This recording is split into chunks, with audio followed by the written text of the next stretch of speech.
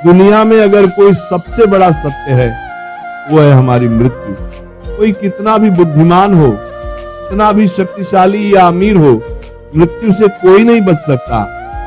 लेकिन जब कोई हमें छोड़कर चला जाता है, सवाल सिर्फ ये नहीं होता कि वो कहां गया, बल्कि ये होता है अब उसके साथ क्या हो रहा है। क्या वो हमें देख रहा है? क्या वो हमारे घर वापस आता है? क्या उसकी आत्मा पीड़ा में है या शांति में? गरुड़ पुराण कहता है मृत्यु सिर्फ अंत नहीं है, बल्कि आत्मा की सबसे रहस्यमयी यात्रा की शुरुआत है। ये एक ऐसी यात्रा है जहां कोई शरीर नहीं होता, कोई नाम नहीं होता, बस कर्म होते हैं और उनके अदृश्य परिणाम। मृत्यु के क्षण में आत्मा देह से निकलती है, बिल्कुल वैसे जैसे एक पक्षी पिंजरे से निकलता है। लेकिन पहली बार वो पक्षी उड़ नहीं पाता, क्योंकि वो समझ ही नहीं पाता कि पिंजरा टूट चुका है। वो अपने शरीर को देखता है, परिजनों को रोते हुए देखता है, अपनी चिता की तैयारी होते हुए देखता है, लेकिन समझ नहीं पाता कि ये सब उसके लिए हो रहा है। गरुड़ पुराण कहता है कि मृत्यु के ठीक बाद आत्मा ब्रह्म की स्थिति में रहती है। उसे लगता है कि वो अभी भी जीवित है। उस लोग उसे अनदेखा क्यों कर रहे हैं, ये उसकी समझ से बाहर होता है। और तभी आते हैं यमदूत, दो दिव्य प्राणी जिनका स्वरूप सांसारिक नहीं होता।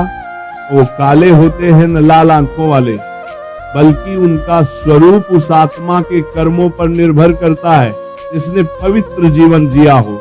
उसे यमदूत शांत शांतिदायक रूप में दिखाई देते हैं, जैसे किसी तीर्थ यात्रा पर साथ ले जाने वाले दो संत पर जिसने अधर्म और पाप का जीवन जिया हो उसे। वहीं यमदूत भयानक और भयावह लगते हैं, जैसे दो दंडाधिकारी जिनके हाथों में आग है और आंखों में सवाल है।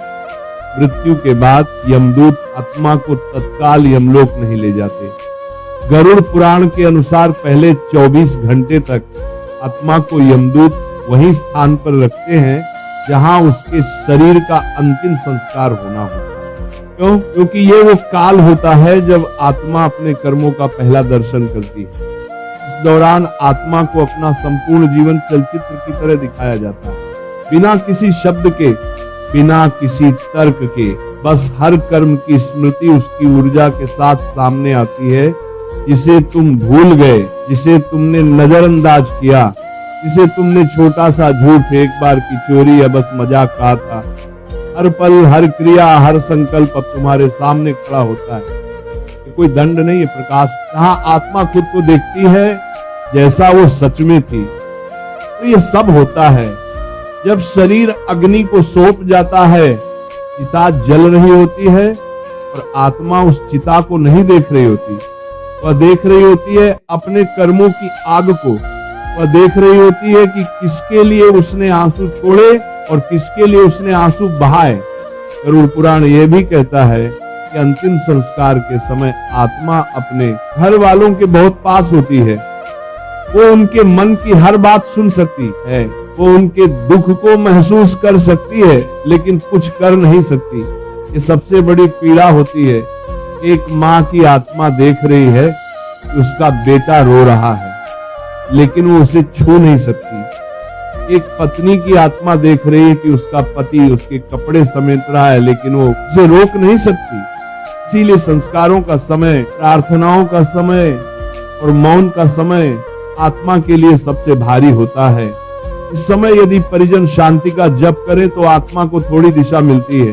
वो जानती है कि अब उसका अगला पड़ाव आ रहा है। और फिर जब चिता की आग बुझने लगती है और रात ढलती है तो यमदूत धीरे से आत्मा को कहते हैं, अब चलो, तुम्हें अपने कर्मों का पथ दिखाना है। आत्मा इस घर को एक बार, अंतिम बार देखती है जहां उसने जन्म लिया। खुशी थी, झगड़े थे, मोह था। वो घर सिर्फ एक स्मृति बन जाता है और यहीं से आत्मा की 31 दिन की रहस्यमयी यात्रा शुरू होती है। यमदूत आत्मा को उस सूक्ष्म मार्ग पर ले जाते हैं जहां कोई शरीर नहीं होता, सिर्फ स्पंदन, आवृत्ति और कर्मों की गंध होती है। लेकिन गरुड़ पुराण कहता है कि आत्मा को सीधे यमलोक नहीं ले जाया जाता। पहले 13 दिन आत्मा पृथ्वी लोक के आसपास ही रहती है। वो अपने ही घर में अपने ही लोगों के बीच अदृश्य रूप से मौजूद रहती है। वो देखती है कि कौन उसके जाने से टूटा है, कौन दिखावे का आंसू बहा रहा है। वो जानती है किसने सच में उसे प्रेम किया और किसने उसके जाने की प्रतीक्षा की थी। इन 13 दिनों को पिंडदान, अर्पण और श्राद्ध की प्रक्रिया से शुद्ध किया जाता है।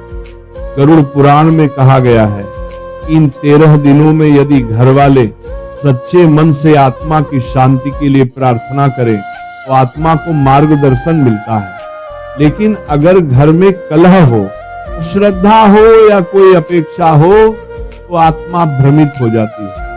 वो बार बार लौटती है अपने बिस्तर के पास, अपने कपड़ों के पास, उस तस्वीर के पास जिसमें वो कभी मुस्कुराया करती थी। गरुड़ पुराण कहता है कि मृत्यु के बाद आत्मा को 3 मार्गों में से एक मार्ग पर भेजा जाता है। ये तय होता है उसके जीवन में किए गए कर्मों के अनुसार इन मार्गों को कहा गया है। पहला अर्ची मार्ग, ये वो मार्ग है जो धार्मिक, तपस्वी और सत्यनिष्ठ आत्माओं के लिए खुलता है। इसे स्वर्ग मार्ग या दिव्यान मार्ग भी कहते हैं। आत्मा इस मार्ग से ऊर्ध्वलोक की ओर जाती है जहाँ सुख, शांति और दिव्यता होती है। दूसरा धर्म मार्ग, ये वो मार्ग है जहाँ आत्मा पितृलोक की ओर जाती है। न पुण्य बहुत ज्यादा, आप बहुत भारी, ऐसे जीवों को यह मध्यवर्ती लोक मिलता है, जहाँ आत्मा विश्राम करती है। अगली यात्रा या पुनर्जन्म की प्रतीक्षा में तीसरा उत्पत्ति विनाश मार्ग, ये वो मार्ग है जिससे पापी आत्माओं के लिए तैयार किया गया है। इसे नरक मार्ग कहते हैं, जहाँ आत्मा को अपने कर्मों के अनुसार कठिन दंड भोगना पड़ता है। लेकिन इन तीनों मार्गों से पहले आता है एक खतरनाक पड़ाव, इसे पार किए बिना कोई आत्मा आगे नहीं बढ़ सकती। इस पड़ाव का नाम है वैतरणी नदी। गरुड़ पुराण में इसका वर्णन अत्यंत भयावह रूप में किया गया है। ये कोई साधारण नदी नहीं, बल्कि ये आत्मा की परीक्षा की नदी है, जहाँ आत्मा को स्वयं के कर्मों की धारा में उतरना होता है। जिसने जीवन में दान, सेवा, सत्कर्म किए हो, वह आत्मा इस नदी को पार कर जाती है। जैसे कोई संत गंगा के जल में स्नान करता हो, लेकिन जिसने अधर्म, लोभ, हिंसा और मिथ्या आचरण किया हो, वह आत्मा वैतरणी में गिरती नहीं, वो उसमें फंसती है। गरुड़ पुराण कहता है कि पापी आत्मा के लिए वैतरणी नदी रक्त, कीचड़ और कीटाणुओं से भरी होती है। उसके जल में होते हैं भूखे मगरमच्छ, भयंकर सर्प और ऐसे जीव जिनकी आंखों से आग और मुख से श्राप निकलता है। वैतरणी में प्रवेश करते ही आत्मा को लगता है मानो सूर्य की 12 किरणें उसके ऊपर एक साथ जल रही हो। वो चीखती है लेकिन कोई नहीं सुनता। उसके शरीर पर मांस नहीं, सिर्फ स्मृति होती है। लेकिन उस स्मृति को चीर कर वैतरणी की लहरें उसे घसीटती हैं। जो आत्मा इस वैतरणी को पार नहीं कर पाती, वह यमलोक तक नहीं पहुंचती, बल्कि अधर में अटकी रहती है। इसीलिए गरुड़ पुराण बार बार कहता है, जीवन में गाय, ब्राह्मण, पवित्र जल और वास्तविक सेवा का महत्व समझो, क्योंकि यही चीजें वैतरणी के समय तुम्हारी नाव बनती है। और जब आत्मा किसी तरह वैतरणी पार कर लेती है, तो वो पहुंचती है उस द्वार पर जहां यमराज की सभा होती है। लेकिन ये कोई साधारण द्वार नहीं, ये एक ऊर्जा चक्र है जहां आत्मा की गति अचानक रुक जाती है। उसके सामने एक विशाल भवन होता है, जिसके स्तंभ समय के हैं और दीवारें कर्मों की। यहीं पर होता है आत्मा का मूल्यांकन। गरुड़ पुराण बताता है कि यमराज केवल न्यायाधीश नहीं है, वे धर्म स्वरूप, विचारशील और करुणामयी हैं। उनका स्वरूप तेजोमय है, न क्रोधी, न राक्षसी, बल्कि शांत, गंभीर और आत्मा के अंतर्मन को पढ़ लेने वाला। जब आत्मा उनके सामने लाई जाती है तो वह वहां अकेली नहीं होती। वहां होते हैं चित्रगुप्त, जिनके पास आत्मा के हर छोटे बड़े कर्मों का लेखा जोखा होता है। उनकी पुस्तक कोई सामान्य ग्रंथ नहीं, वो आत्मा के भीतर के विचारों को भी दर्ज करती है। जो तुमने सिर्फ सोचा था पर कभी कहा नहीं, जो तुमने चाहा था पर कभी किया नहीं, वो भी उस ग्रंथ में लिखा होता है। चित्रगुप्त उसे आत्मा का पूरा जीवन यमराज के सामने खोलते हैं और आत्मा अपने ही जीवन को अपने ही न्याय की प्रतीक्षा में देखती है। बिल्कुल उसी तरह जैसे कोई अपराधी अपने अपराध को स्वीकार करता है।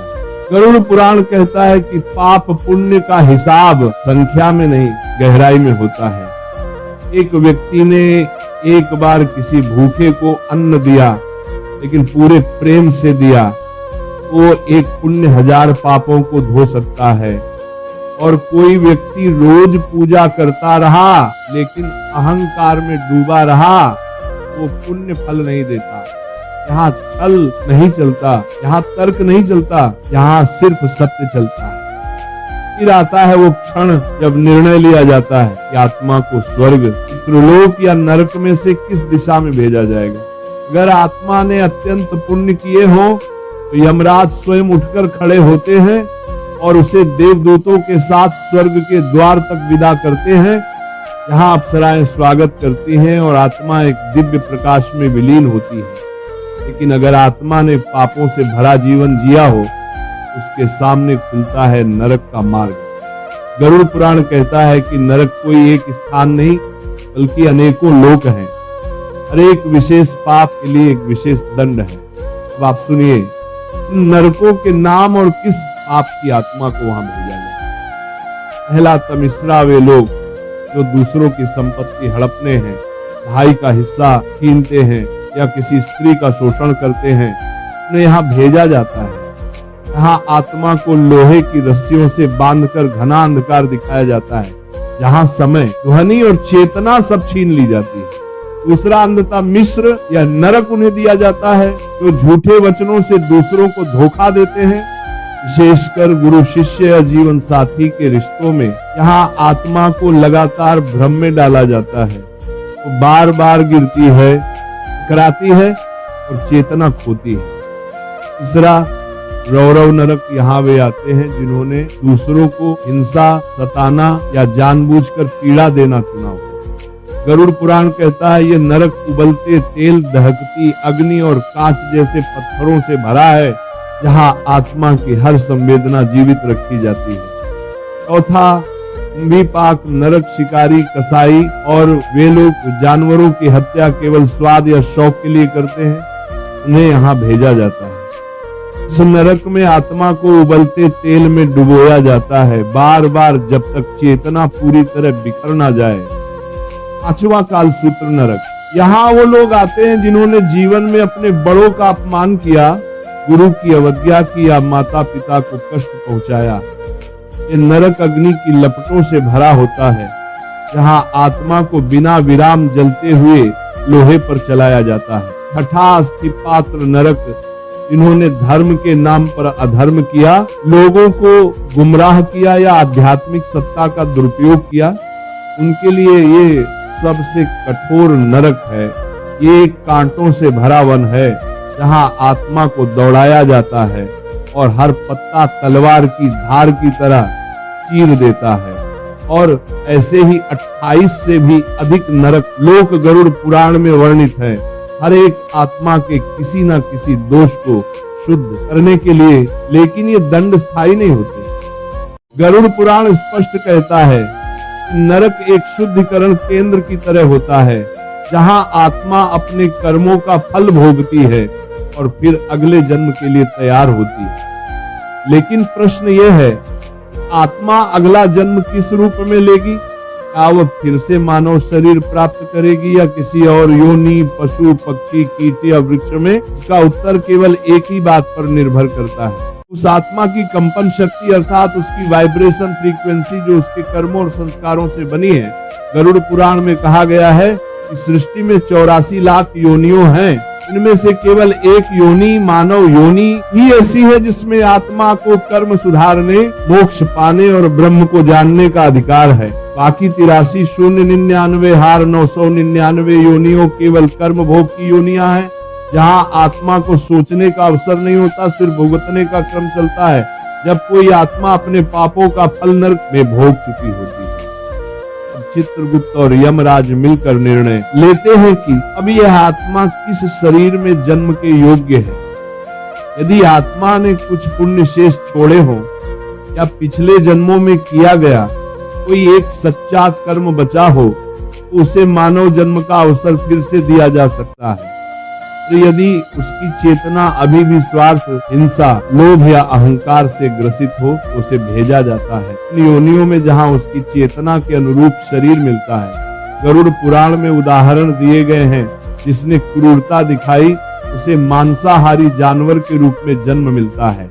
जिसने लोभ किया वह कीट, चूहा या भिक्षा के लिए तड़पता हुआ पक्षी बन सकता है। जिसने कामुकता में जीवन गंवाया वह आत्मा कुत्ते, सुअर या अन्य नीच योनियों में जाती है। जिसने धर्म का अपमान किया या गुरु का अनादर किया उसने आत्मा को पत्थर, पेड़ या निर्जीव वस्तु के रूप में स्थिर कर दिया जाता है। लेकिन जो आत्मा एक बार भी सच्चे हृदय से सेवा, दया या प्रेम का अनुभव कर चुकी हो उसे मानव शरीर प्राप्त करने की संभावना बनी रहती है। गरुड़ पुराण कहता है कि कुछ आत्माएं नरक से नहीं डरती क्योंकि वे सोचती हैं कि दंड भोग कर सब समाप्त हो जाएगा, परंतु सच्चा भय भटकती आत्मा का होता है जो नरक में पूरी तरह प्रवेश कर पाती है और पुनर्जन्म में ऐसी आत्माएं अधर में अटक जाती हैं। वे भूत, प्रेत या पिशाच योनि में भटकती हैं। ये आत्माएं शरीर त्याग पाती हैं, न शरीर प्राप्त कर पाती हैं। गरुड़ पुराण के अनुसार भूत या प्रेत वे आत्माएं बनती हैं जो मृत्यु के समय अत्यधिक मोह, क्रोध या वासना में डूबी हुई, जो अपनी संपत्ति से चिपके रहे, जो अपने घर को छोड़ नहीं पाए, जो अपनी इच्छाओं के अधूरे छूट जाने से तड़प उठे, वो आत्मा अधूरी रह जाती है। ऐसी आत्मा फिर किसी विशेष तिथि, वार या जगह पर बार बार प्रकट होती है और जब तक उसका मोह नहीं टूटता वे पुनर्जन्म नहीं ले पाती। इसीलिए गरुड़ पुराण में श्राद्ध, तर्पण और पिंडदान जैसे कर्म आत्मा को इस चक्र से मुक्त करने के लिए अत्यंत आवश्यक माने गए हैं। इन तिथियों पर जब पवित्र जल, तिल और मंत्रों से तर्पण दिया जाता है तो आत्मा को एक दिव्य संकेत मिलता है कि अब वो आगे बढ़ सकती है। तो फिर जब सब कुछ पूर्ण हो जाता है तब आत्मा ने नरक भोग लिया। जब मोह टूट चुका, जब संस्कार संपन्न हो गए तो आत्मा प्रवेश करती है पुनर्जन्म के गर्भद्वार में। गरुड़ पुराण के अनुसार पुनर्जन्म का क्षण शुद्ध विज्ञान और अदृश्य ऊर्जा का मिलन है। जब आत्मा किसी गर्भ को चुनती है तो वह केवल माता पिता नहीं चुनती बल्कि उन कर्मों की भूमि चुनती है जहां उसे अगला पाठ सीखना है। और जैसे ही आत्मा माता के गर्भ में प्रवेश करती है वह अपना पूर्व जन्म भूल जाती है, क्योंकि वह फिर से माया के आवरण में प्रवेश कर चुकी होती है। गरुड़ पुराण कहता है कि आत्मा जब गर्भ में आती है तो वह केवल शरीर नहीं लेती, वह अपने पुराने कर्म, अधूरी इच्छाएं और अर्जित संस्कार लेकर आती है। गर्भ में आने के पहले क्षण में ही वह जानती है यह जीवन उसे क्यों मिला है। वह जानती है कि किसे उसका पिता बनना है, कौन उसकी माता होगी और किस प्रकार के दुख या सुख उसका इंतजार कर रहे हैं। गरुड़ पुराण में बताया गया है कि गर्भ के अंदर आत्मा पूर्ण रूप से चेतन होती है। वह माँ के हर भाव को महसूस करती है। माँ का डर, उसका प्रेम, उसका वजन, उसका ताप सब आत्मा के सूक्ष्म शरीर पर असर करता है। यहाँ तक कि माँ के बोले गए शब्द गर्भस्थ आत्मा के मन पर अमिट छाप छोड़ते हैं। इसीलिए कहा गया है कि गर्भावस्था में माता को भागवत, रामायण, गीता या सत्संग सुनना चाहिए, क्योंकि तब आत्मा को दिव्य संस्कार मिलते हैं। गरुड़ पुराण के अनुसार गर्भस्थ आत्मा हर दिन एक श्लोक जपती है, जिसे जन्म मरण मंत्र कहते हैं। ना हाथ देखो, ना में देखो बुद्धि आत्मा, ना छतमा ना कर्मणा जायते जंतु कर्मणा एव विलायत। इसका अर्थ है मैं ये शरीर नहीं हूं, मैं ये बुद्धि में आत्मा हूं। कर्मों के कारण मैं जन्म लेता हूं और उन्हीं कर्मों के कारण विलीन होता हूं। यह आत्मा का जागरण होता है। गर्भ के 9 महीनों में वह धीरे धीरे अपने पिछले जन्म की छाया से बाहर निकलती है। लेकिन अंतिम महीनों में जब उसका शरीर सघन होने लगता है तो वह भयभीत हो जाता है। उसे लगता है जैसे कोई उसे फिर से जाल में बंद रहा हो, और ठीक जन्म से पहले एक क्षण ऐसा आता है जब वह सब कुछ याद कर लेती है। अपने पुराने जीवन की अंतिम सांस, अपनी मृत्यु की पीड़ा, अपने द्वारा किए गए अच्छे बुरे कर्म, अपने प्रियजनों के चेहरे, वो सब कुछ की चेतना में कौन हो जाता है। और तब वह आत्मा ईश्वर से एक वादा करती है। गरुड़ पुराण के अनुसार जन्म से पहले आत्मा प्रभु से कहती है, प्रभु इस बार मैं तुम्हें नहीं भूलूंगा, इस बार मैं मोह से नहीं बांधूंगा, मैं सत्य को पहचानूंगा और अपने जीवन का उद्देश्य पूरा करूंगा। परंतु जैसे ही वह आत्मा जन्म लेती है, उसकी पहली सांस के साथ, उसकी पहली चीख के साथ माया का आवरण उस पर गिर जाता है। उसे दूध चाहिए, फिर क्रीड़ा, फिर खिलौने, फिर अहंकार, और धीरे धीरे वो वादा भूल जाता है जो उसने प्रभु से किया था। गरुड़ पुराण कहता है कि यही विस्मरण संसार का सबसे बड़ा जाल है। जन्म केवल एक शरीर लेने की क्रिया नहीं, बल्कि आत्मा की पुनः परीक्षा का आरंभ है। जो आत्मा इस बार अपने भीतर के वचन को याद रखे, जो माँ बाप, समाज और लोभ के बीच भी अपने असली कार्य को पहचान ले, वही आत्मा इस जन्म में मोक्ष की ओर बढ़ती है। लेकिन जो आत्मा फिर उसी मोह, भोग और भ्रम में डूब जाए, उसे फिर मृत्यु और पुनर्जन्म का चक्र झेलना पड़ता है। गरुड़ पुराण बार बार चेतावनी देता है कि यदि एक बार मानव जन्म मिलने के बाद भी आत्मा चेतना में न जागे, तो अगली बार उसे पशु पक्षी या कीट के रूप में फिर से प्रारंभ करना पड़ता है। इसलिए कहा गया है, मनुष्य जन्म दुर्लभ है। ये केवल उन आत्माओं को मिलता है जो अनगिनत योनियों में भटक कर कभी तप, कभी तड़प और कभी तिरस्कार से गुजरी हो। लेकिन गरुड़ पुराण ये भी कहता है कि केवल जन्म लेना ही पर्याप्त नहीं, वह आत्मा को अपने कर्मों का फल भोगना होता है। वह फल जो उसने पिछले जन्मों में बोया, इस जीवन में अंकुर बनकर उगता है, जिसे शास्त्रों में कहा गया है, प्रारब्ध वह कर्म फल है जिसे कोई टाल नहीं सकता। न साधना से, न व्रत से, न तीर्थ से।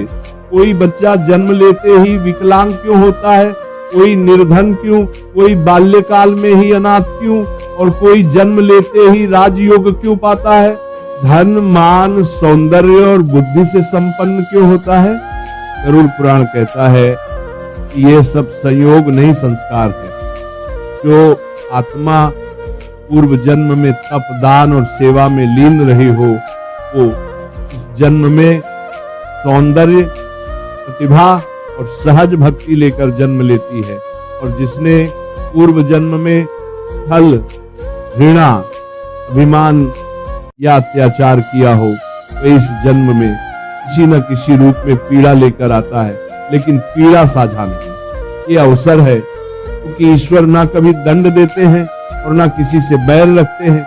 वे आत्मा को वही परिस्थिति दोबारा देते हैं जिसमें वह कुछ अधूरा छोड़ आई थी। गरुड़ पुराण में वर्णन है कि कई बार कोई आत्मा जिसने पिछले जन्म में दूसरों का भोजन छीना हो, उसका अगला जन्म भूखे घर में होता है। जिसने स्त्री का अपमान किया हो, वह अगली बार स्त्री रूप में उसी पीड़ा को अनुभव करने आता है। और जिसने किसी अपाहिज का उपवास किया हो, वह अगली बार उसी स्थिति में जन्म लेता है ताकि समझ सके उस पीड़ा की गहराई। इसलिए शास्त्र कहते हैं, जिसे तुम दुर्भाग्य कहते हो वह आत्मा की शिक्षा है। परंतु कुछ आत्माएं ऐसी भी होती हैं जो पिछले जन्म में अधूरी रह गई, लेकिन इतना सच्चा संकल्प ले गई थी कि उनका वर्तमान जन्म एक विशेष कार्य के लिए होता है। ऐसे बच्चे बचपन से ही अलग महसूस करते हैं। वे भीड़ में भी मौन होते हैं, प्रार्थना में जल्दी रम जाते हैं, या अचानक किसी मंत्र को सुनकर आंखें भर लेते हैं। गरुड़ पुराण के अनुसार ये लक्षण उन आत्माओं के होते हैं जो पिछले जन्म में साधना के द्वार पर आकर जीवन समाप्त कर बैठी, उन्हें यह जन्म आध्यात्मिक पुनः प्रयास के रूप में मिला है, लेकिन संसार उन्हें यह समझने नहीं देता। उन्हें खिलौनों से बहलाया जाता है, डिग्रियों से बांधा जाता है और धीरे धीरे वे अपने ही संकल्प को भूल जाते हैं। इसीलिए कभी कभी ऐसे बच्चों को जीवन में जल्दी दुहक मिलता है ताकि वे पुनः भीतर की यात्रा शुरू करें। गरुड़ पुराण कहता है, जब आत्मा अपने सत्य कर्म से भटकने लगती है तो प्रारब्ध उसे मार्गदर्शन देने के लिए पीड़ा भेजता है, और जो आत्मा उसे पीड़ा को समझ लेती है वही आत्मा जागृत होती है। और दुर्भाग्य यह है कि अधिकतर आत्माएं उसे पीड़ा से भाग जाती हैं, वे शिकायत करने लगती हैं, मैंने क्या किया था जो मुझे ये जीवन मिला। लेकिन अगर वे सिर्फ इतना जान जाएं कि हर दुख, हर सुख, हर क्षण उसी आत्मा का चुनाव था, तो शायद वे ईश्वर से लड़ना छोड़कर उन्हें समझने लगे। गरुड़ पुराण इसीलिए कहता है कि आत्मा जब जन्म लेती है तो उसका पहला कर्म है स्मरण। यदि वो ईश्वर को स्मरण करती रहे, प्रारब्ध उसकी परीक्षा नहीं लेता बल्कि पथ बन जाता है। तो जैसे जैसे आत्मा जीवन के जाल में फंसती है, वह कर्मों की नई श्रृंखला रचती है, जिसे कहते हैं क्रियमाण कर्म। यह वर्तमान जीवन में किए गए कर्म है जो भविष्य के फल बनते हैं, और इसी चक्र में आत्मा फिर उलझ जाती है, जब तक वह ये न समझे कि वह केवल शरीर नहीं बल्कि उस चेतना की एक चिंगारी है जो न समझन ना करते, जन्म लेती है न मरती है, तब तक वह मुक्त नहीं हो सकती। लेकिन क्या कोई आत्मा इस चक्र से मुक्त हो सकती है? क्या सचमुच कोई मृत्यु के पार जा सकता है? गरुड़ पुराण का उत्तर है हाँ। तो ये कोई आसान मार्ग नहीं है। मोक्ष ये शब्द जितना सरल लगता है, उसकी यात्रा उतनी ही कठिन, उतनी ही सूक्ष्म होती है।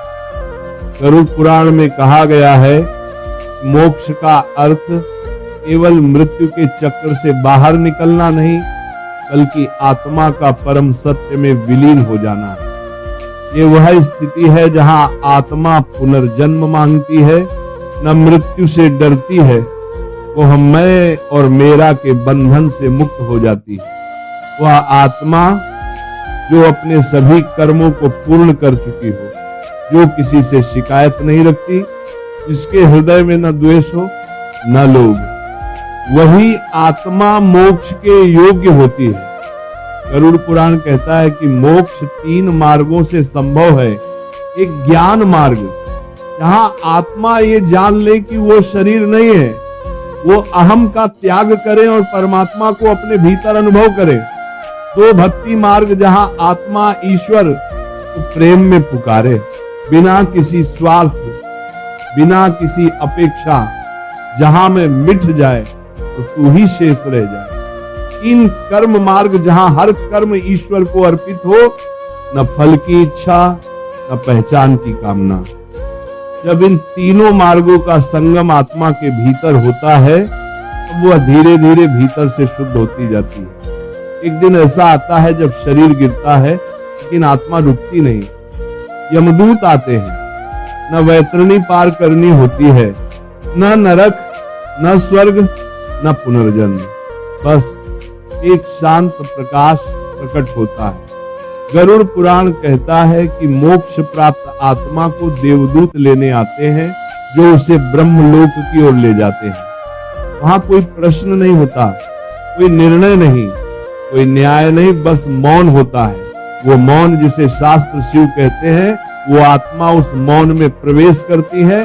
जैसे एक बूंद समुद्र में गिरती है, वह स्वयं का अस्तित्व खोती नहीं, बल्कि पूर्णता में विलीन हो जाती है।